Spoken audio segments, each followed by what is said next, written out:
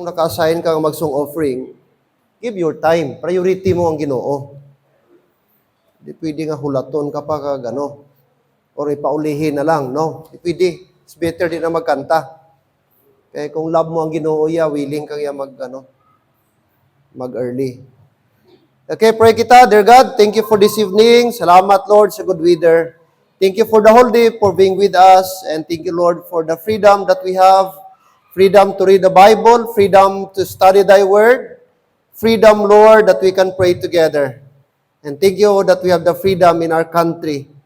And help us, O God, that we must appreciate this kind of freedom. There are a lot of countries, Lord, that Christians have been deprived from this kind of gathering. And so we're happy tonight that, Lord, we have this privilege. I do pray that you would work in our hearts tonight as we continue our series study on how to teach, to train, and discipline our children. I know it's hard, it's difficult, it's challenging, but thank you that we have the Bible, and we can do it by your grace and by your mercy and guidance. Be with us and help us to be determined as parents that we should not give up to train our children as our next generation, dear God. Thank you that we have the Bible, which is our guide tonight.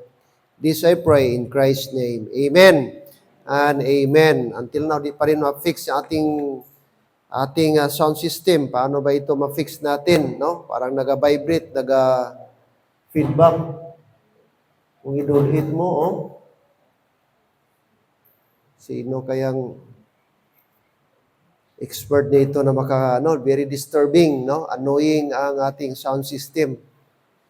Okay, so let's pray na sana ma-address natin ito as soon as possible. All right, now, for the first few weeks, we study this subject about or the instruction for the children. The instruction for the children. And there are some notable truths na ating po na-discuss in the past few weeks. Okay? Now, tonight, the parents must win the war of will with the child. The child must be taught to surrender his or her will to the parent from crib age. Okay? So, meron tayong war. Merong battle.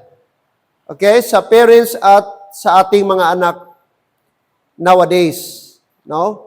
At dapat bilang parents, no? Dapat maturuan natin ang ating mga anak.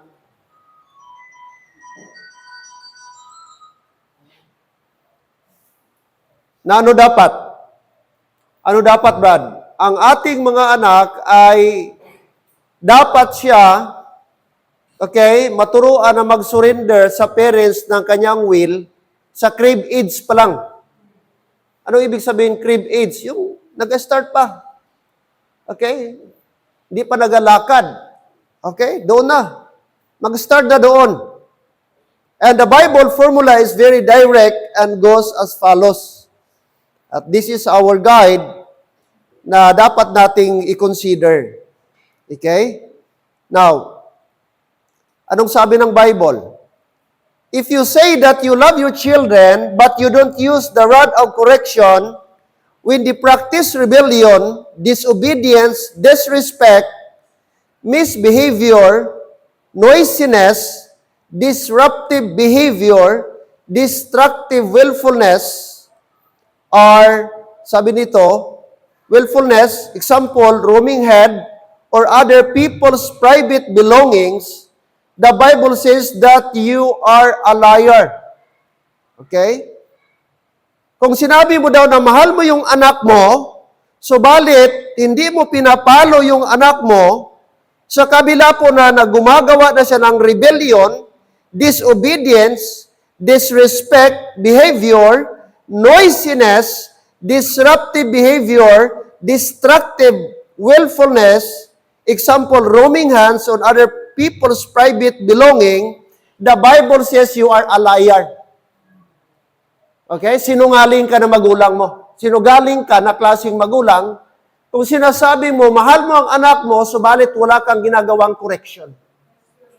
Despite na nag-rebelde na, Despite na alam mo yung anak mo nag-practice ng disobedience, disrespectful behavior, noisiness, and destructive willfulness, you are a liar. Okay? So, dapat mahalaga, mga parents, maintindihan natin kung ano po bang Bible perspective na dapat dating i-consider. Okay? Ibig sabihin, ang tunay na pagmamahal ay nakikita sa pagdidisiplina ng anak. Hindi pwedeng ma-separate ang discipline and love. Amen. That is inseparable. That is Bible principle. Na dapat merong correction, rod of correction. An honest man beats his children with a rod for such a behavior. A Bible believer totally disregards his national and ethnic culture, grandparents, in-laws, and unsaved or worldly friends, and obeys the Word of God. The Bible believer knows that God's wisdom is greater than cultural wisdom. He beats his children with a rod. He beats them often and publicly when necessary. The biblical disciplined child will know that he or she cannot hide in a crowd. Hindi pwedeng matago. Kung kailangang paluin ang anak in public, if necessary is needful, then do it. Do it. The parents. Okay? So, Proverbs 13:24. Proverbs 13:24. Proverbs, please open your Bible. 13 verse 24. Basahin po natin lahat. Proverbs chapter 13 verse 24. Read. He that spireth his rod hateth his son, but he that loveth him chasteneth him betimes. Maliwanag. Sinong nagsabi? Ang Brad, matalinong tao sa buong mundo. Na sumulat po dito, walang iba, si King Solomon. Okay? Mahihigit po ba kay King Solomon? Si King Solomon, tatay din siya. Nagkaroon din siya ng maraming anak, kaya nasulat niya ito. At sabi niya, Brad, isang remedy para makontrol natin ang bad behavior ng ating mga anak is by way of rod of correction. Amen. So sabi ng verse 24, he that spireth his rod hateth his son. Parang irony, parang paradox po siya. Pero sabi po ng Bible, but he that loveth him, chasteneth him betimes. So yung concept po ng mindset ng magulang, na hindi ako namamalo kasi,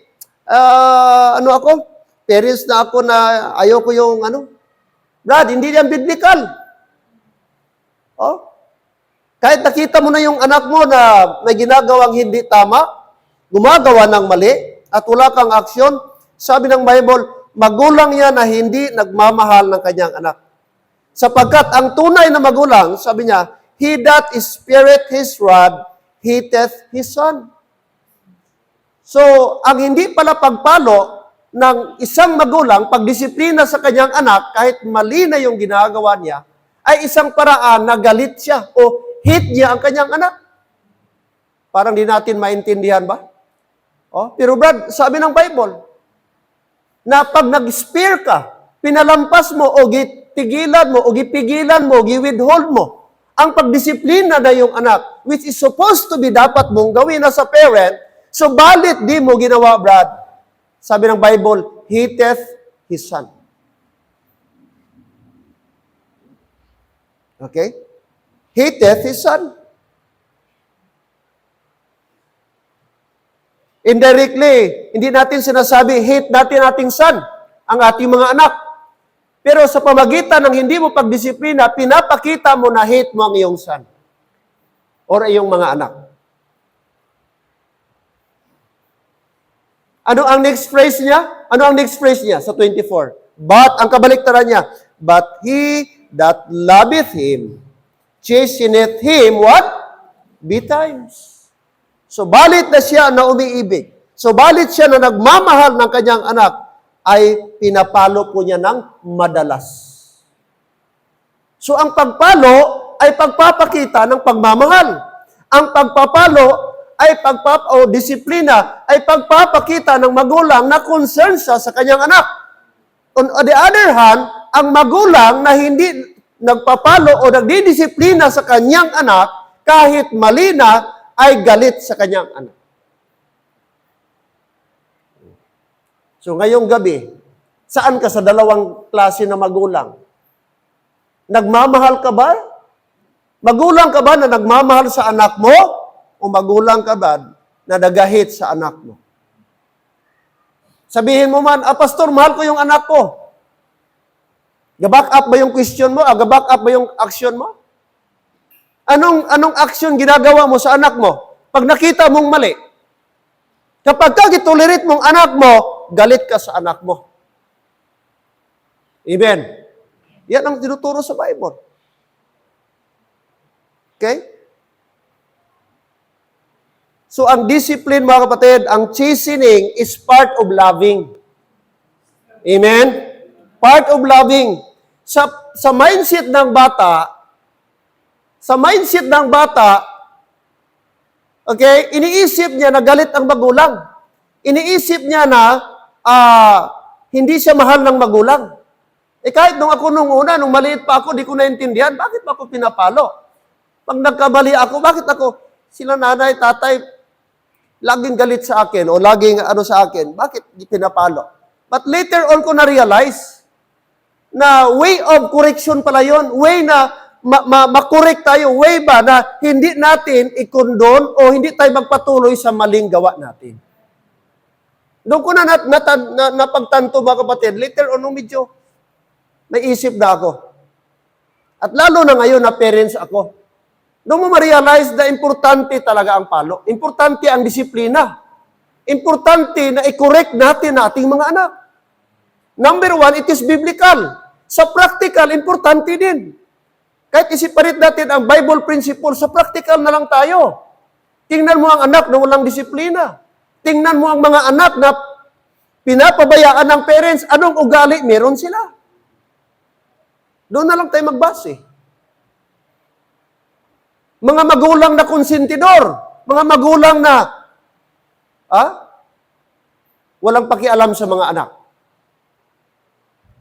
Lalo na ngayon, sa panahon natin ngayon, grabe ka-challenging ngayon. At nakikita natin, witness tayo mga magulang, na very struggling talaga ang ugali ng mga bata. Lalo na ngayon na nasa digital age tayo. Kalaban natin ang gadget. Ngayon, napapansin ko, si Clint, mayroong mga aksyon na gaganon-ganon, kuha ng stick, gaganon-ganon. Bakit? Saan niya nakuha? Sa gadget. Kaya sabi ko kay Ma'am Vic, lagyan mo ng password yung cellphone mo. Ako, ginalagyan ko ng password. Kaya kahit ilagay ko dyan, di niya alam. Takaan siya. Di niya babuksan. Si Ma'am Vic. Sabi ko, mag-agree ka. Mag-support ka sa akin. Kung alam niya na ang password mo, then change it. Kung malaman niya, change again. Di tayo matakan. Before it's too late, na madamis ng utak ng anak natin. Madamis ang utak ng anak ninyo. Bago kayo mag-take ng action. Gina-take for granted lang natin, okay lang. Minsan gawin natin para di tayo madisturbo. Yun ang option natin, cellphone.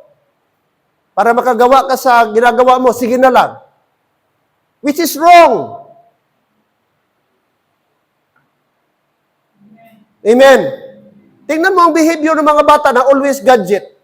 Ang mindset nila, ang behavior nila, para na rin silang nandoon. Parang ang karakter nila, nilagay nila doon sa sarili nila. And wonder, irritable sila. Sa kunti nilang gusto nila, ang kumad nila parang cellphone. Akala nila sa real life, ganun din. Pag magkain, isang kahig lang. Pag mayroon silang gusto, isang scroll lang. Impatient sila. Kaya nasanay sa cellphone na isang scroll lang. Andiyan na kaagad. Mga parents, it's not too late. Magtulungan tayo. At yan ang Bible. So, hindi ito pa culture, sabi ng Bible. Walang kinalaman. God's wisdom is greater than cultural wisdom. He beats His children with a rod. He beats them often and publicly when necessary. Kaya sabi ng Bible, He that spareth His rod, hateth His son. Okay? Siya na pinipigilan niya. Giwithhold niya ang pagpalo sa kanyang anak. Ay, ano ba sa Tagalog yung hate? Kinamumuhian? Hateth His son? Kinamumuhian niya ang kanyang anak. Okay? So, balit siya na nagmamahal ay pinapalo niya ng madalas. Chasteneth him betimes, if necessary. Proverbs 19:18. Proverbs 19, verse number 18. Chapter number 19. Another verse. Chapter 19, look at verse number 18. 19, verse number 18. Chasten thy son, while there is what? Hope. And let not thy soul spare for his crying. Paluin mo. Okay? Paluin mo ang iyong anak habang may pag-asa. And let not thy soul spare for his crying. At huwag mong ilagak ang iyong kaluluwa sa kanyang pag-iyak. So, ibig sabihin, huwag kang magpadala sa emosyon. Kung mag-iyak yung bata, let him na mag-iyak. Kaysa pigilan mo. Kaysa one day, hopeless ka na. Kaya it's too late na. Sapagkat ang anak mo, wala na. Di mo na madisiplina. Kaya sabi ng Bible, chasten thy son while there is hope. Because time will come, wala nang hope. Time will come, sarado na. Time will come, di mo na kaya. Kaya ngayon habang kaya mo pa, ngayon habang bata pa, turuan mo na, disiplinahin mo na ang ating mga anak. Amen. Later on, ma-realize nila yan na importante pala. Siguro ngayon magagalit sila. Siguro ngayon di nila maintindihan kay bata pa. But mga kapatid, it's better na parents ka na strict rather than parents na liberal. Oh. Parents ka na lenient. Parents ka na walang pakialam sa anak mo. Ako, saludo ako sa mga parents na nagdidisiplina sa anak, nagdidisiplina sa mga apo nila, saludo ako. Pero sa magulang na walang pakialam, sorry to tell you, Brad, hindi mo ginagampanan yung papel mo bilang magulang.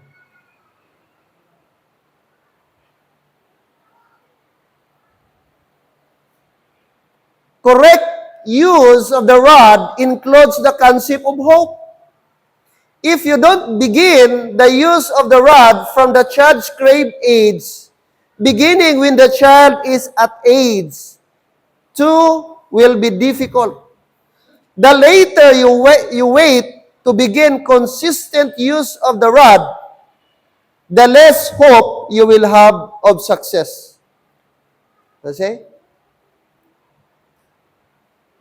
The more child screams and yells, the longer you should apply the rod. Ano daw? Kung the more daw ang bata magsigaw, mag-scream, or mag-yell, the longer you should apply the rod. Your goal should be the surrender of the child's will to your will, and ultimately to God's will. If you stop while the child is still yelling for mercy, you lose. The child must become quietly submissive under the rod. Hindi mo daw, Brad, sa pagpalo, hindi mo tigilan ang anak mo until isurrender niya ang kanyang will. Na-notice nyo, may mga bata na kahit ginapalo mo na, ah! Ah! Ah! The more mo siya ginapalo, nandun ka sigaw. Don't you know that is a sign of rebellion and fighting? Nagaga-istobon siya, yung istobonis niya nandun. Ginapalo mo siya, pero gasigaw pa rin. Sabi ng lesson, huwag mong tigilan until such time na isurrender niya ang kanyang will. Anong ibig sabihin, Pastor? Yung to the point na magsabi, Daddy, ayoko na. Mama, stop na, Mama. Ayoko na mama, sorry na mama. That's the time na mag-stop ka na. But until, makinig ka magulang, na hindi yan ibigay at makita mo sa anak mo, don't stop. Kasi ang rebellion nandun pa rin. Ang point dito, ang goal dito na ang bata makalearn ng pag-submit sa kanyang will, sa will ng parents, and ultimately sa Panginoon. Kasi kahit gipalo mo siya, pero yung screaming niya, nandun pa rin ang rebellious spirit, mga kapatid. Hindi mo siya na-win. Gipalo mo lang siya, pero di pa rin nag-submit ang kanyang rebellious attitude. Ilagay mo yung bata, tapos magpisik-pisik, paluin mo. Di magpabutang kaya ano. Pag ibutang mo diyan, magmaoy. Pag ilagay mo, magtantrum. Si Clint, wala pa man ng one time na yung gusto niya, tapos nagtantrum, nagligid-ligid. Never pa man, yun ang mag-cry-cry. Di pa man ako nakasama kay Mambik, yung magpunta sa KCC, na andyan siya, tapos may gusto siya. Minsan, nagpunta kami sa toy section, doon sa 3rd floor, tapos may gusto siya. Sabi ko, no, kaya meron ka ng ganyan, another na lang. Yung gibili namin sa kanya, yung pulo, hindi na toy, yung damit mo lang. Oh. Sabi niya nga, Daddy, I want this. No, yung damit lang.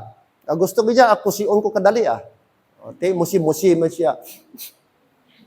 Sunod siya kay mami niya. Go there. Para masukatan ka ng polo shirt mo doon. Kusion ko siya kadali, ate. Kaya kung di siya bahala dito kami sa 3rd floor, bakulong ko siya sa conbelt. Di ko mahuya dito nga, Kaya di ko gusto magdako nga, kung ano gusto niya pagbigyan mo ka agad, ligid-ligiran ka, sige, ligid ra kay kita mo gusto mo. Ligiri ko. Pulion tagi ka karon nga mapiang-piang, magkiang-kiang ka. Hindi dapat ganun. Dapat alam ng bata, pag sinabi mong no, dapat no. Hindi ka later on, sige na lang. Ikaw na nag-submit sa kanya, instead siya mag-submit sa iyo, ikaw na noon nag-control niya. And later on, gagawin niya kasi alam niya na. Gi-manipulate ka na parents. And later on, sige na yan. Kaya nakita niya na effective ang kanyang strategy. Pero kung at the very first, magulang, nag-stand ka na ito dapat, hindi dapat, nagsabi ka na no. Siguro first time, second time, hindi pa niya mag-gets. Pero pag nag-stand ka, third time mga kapatid, I'm pretty sure, matanim sa isip niya na si Papa di ko madala, si Mama di ko madala. Kaya better, huwag na lang. Ibasi mabalda pa ko sini. Amen? Dapat ganun tayo. Dapat firm tayo. Magulang. Take note, ikaw ang magulang. Dapat tayo ang nag-drive sa ating mga anak. Tayo gag-guide sa ating mga anak. Ga-control. Anak man natin, apo natin. Kaya may meron silang foolishness in the heart. They are bound by inherent foolishness, the Bible says. What else? Ano pang sabi ng Bible? Ano sabi ng Bible? Proverbs again. 20:30. Kanina sa ating binasa, and let not thy soul spare for his crying. Ito naman, Proverbs 20:30. Proverbs chapter 20, verse 30. Tandaan nyo ito ng mga verses. Importante ito. Let's read please. Ready, go. The bloodless of a wound cleanseth away evil. So do stripes the inward parts of the belly. Ano nang bloodless?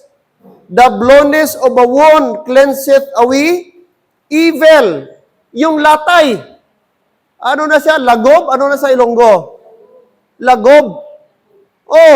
Pag pinalo mo yung bata, so ibig sabihin, matindi talaga ang pagpalo. Kasi pag basta-basta lang, di man mag-blow na, mag-violet. Sino nagsabi? Si Solomon. Sino si Solomon? Hari. Sino si Solomon? Napakatalinong tao sa buong mundo. Pero sabi niya, ang blueness, ang latay, mga kapatid, the blueness of a one cleanseth away evil. So, ang pagpalo sa ating mga anak ay para siyang cleansing agent. Tatanggalin niya ang mga flaws, aalisin niya ang mga evil. So, sa madaling sabi, kabaliktaran, ang magulang na walang pagpalo, wala ga practice ng disiplina sa anak, puno ng evil, bad attitude ang kanyang anak. Kasi hindi naalis. Ibig sabihin, ang rod, pangpaalis ng evil sa isang bata.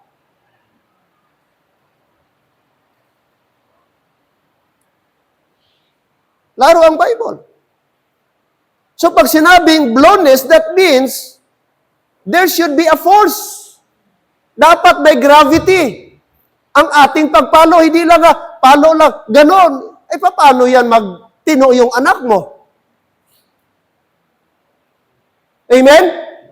Blueness. Ibig sabihin, merong puwersa na dapat maramdaman ng isang anak. No?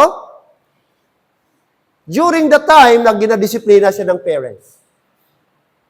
Ma-feel ng anak na mali yung ginagawa niya. Ma-feel ng anak na hindi ka conform sa ginagawa niya. Na hindi ka agree sa ginagawa niya. At ayaw mo next time na gagawin niya. Alright?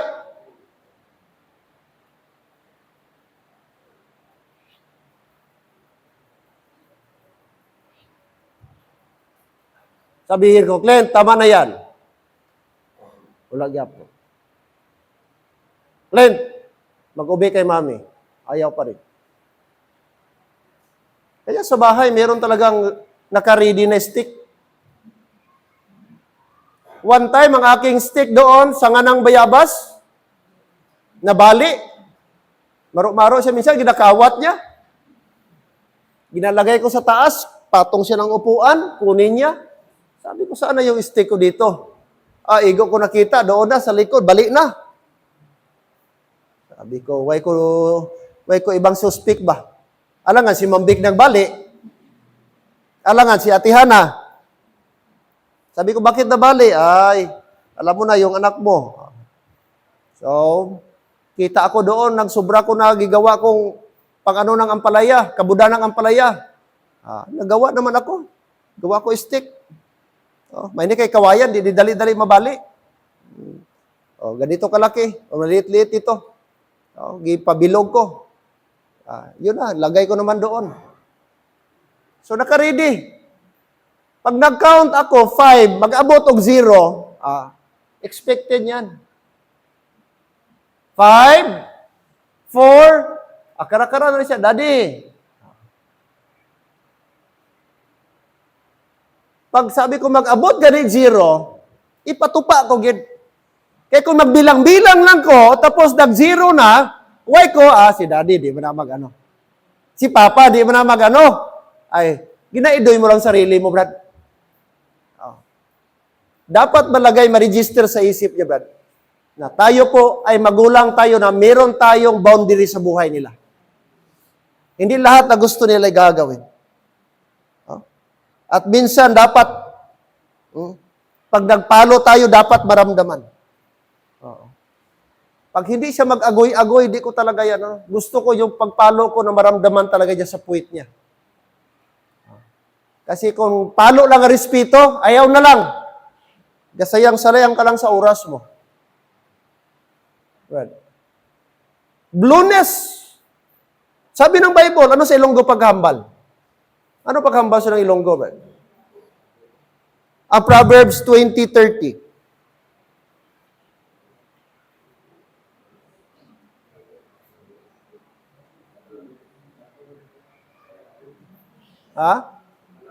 Mga labod, Brad? Correct use of the rod, are you still there? Pamati ka mo. Correct use of the rod will sometimes produce blueness. That is a bruise, the occasional bruise given in a loving corporal discipline will not kill, neither will it have debilitating results. This bruise, if seen by many government, social workers, however, could bring charges of a child abuse. This is why you should know the correct area on the child's body to which to apply the rod, an area not obvious to others. The bruise will not warp your child's physique. The bruise will cleanse away evil. Stripes, red lash marks will cleanse the child's inward parts. This will control the old sinful nature until the child can find Christ as the remedy, and later, if he or she, as Christian, walks from time to time according to the old nature. Pag magpalo din tayo, dapat may specific area. Lalo na sa ating government ngayon, na pag makita may lagob, sa bukha, sa parts na visible, very obvious. Kahit kapitbahay mag-report, pwede na. Sumbong ka, tingala ka na, kantuan ka na DSWD. Kaya, saan ba ang ideal na dapat paluin ang ating anak man? At hindi po nagkamali ang Bible na mayroon pong parts na dapat doon natin paluin sa batak. Sa puwit ba? Kaya gidesign ng Panginoong Diyos ang ating puwit na makapal ang muscle. Kasi diyan ang proper at specific area na dapat paluin ang ating mga anak. Ang aking parents, lalo ng tatay ko, hindi siya magpalo pag nakatayo. Ginapadapa talaga kami, ginapahapa. Pag naabutan kami, kahit saan, kahit may turubgan diya, hapa. Away kamay mo. Pahapaon ka magid, pahapaon ka sa lupa. Tapos, dito paluin. Sa puwit. Hindi sa ulo. Hindi sa mukha. Amen? Hindi sa liig. Hindi kahit saan lang. Hindi sa kamay, o maybe, pwede, kung kamay, pwede mo kunting pitikan lang. Okay? Pero ideally, speaking, dapat sa bat ng bata. Doon sa likod. Now take note, mga magulang, rod ang gamitin. Rod, hindi baseball bat. Amen? May mga magulang, kahit saan na lang, kung ano mahako, pala lampos. Rod, that means a stick. A stick. Rod, hindi belt. Hindi biblical ang belt. Basahin mo ang Bible kung ginamit ba ang belt. Many times, mostly sa Proverbs, rod. That means a stick. Kaya mga magulang, dapat meron tayong stick talaga. Na-amaze ako doon pag-ating ko sa Lipa. Kasi sa Lipa, ibang sit-up. Per family sila mag-upo. Per family. Halimbawa, Deliverio family. Isang upuan, Deliverio. Chorus family. Chorus family. Iyon. Tapos, ang tatay, kada tatay may stick. Bawat tatay. Halimbawa, Brad Ferdy may stick. Si Brad Michael Marbibi may stick. Lahat ng tatay doon may dala-dalang mga stick. Sabi ko, bakit ang daming stick? Bakit may mga stick ito? Kasi ang kanilang anak, pag di habang gaprit si pastor, magsigi ka kuti-kuti dito, or ga cellphone, or anything ginagawa, pak. Okay. Balik ditong bata.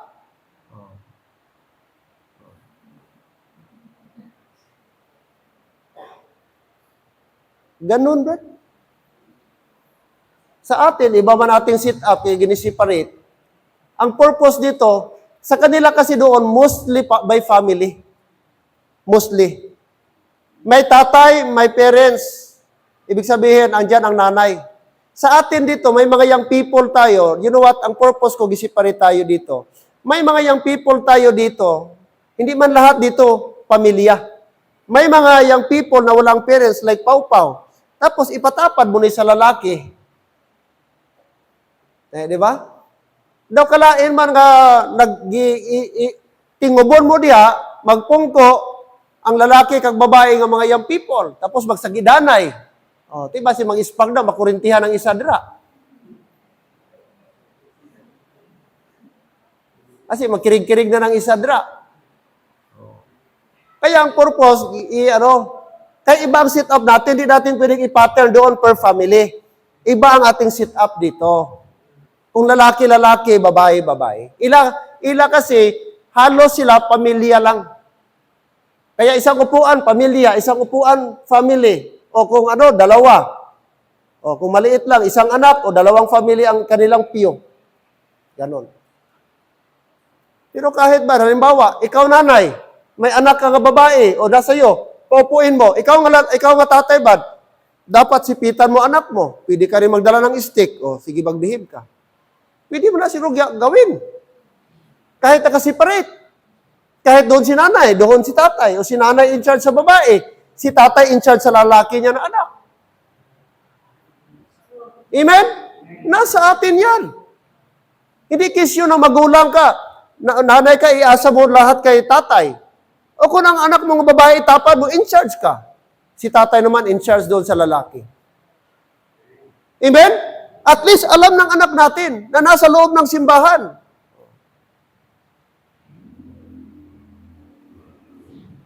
Mga kapatid, discipline. Alright? So, courageous. No? O dapat, mga kapatid, okay, the courageous of the rod will sometimes produce bluntness. So, wag tayo. So, dapat, kung kailangan man lang, hindi always, pero kailangan. Stripes, red last marks. At least, okay, ma-realize siya na, itong marka, Brad, ang marka sa kanya, magpaalala sa kanya na ito yung ginawa ko. Sometimes, napalo ko yung kamay ni Clint. Dito. Nagmarka. Sabi niya, look daddy, look daddy, what you did to me, there is a mark, that's your fault. Because you are naughty, you are disobedient. If you don't do it again, daddy, I will die. Okay, let it be. Kabalo na siya. If you do it again, daddy, I will die.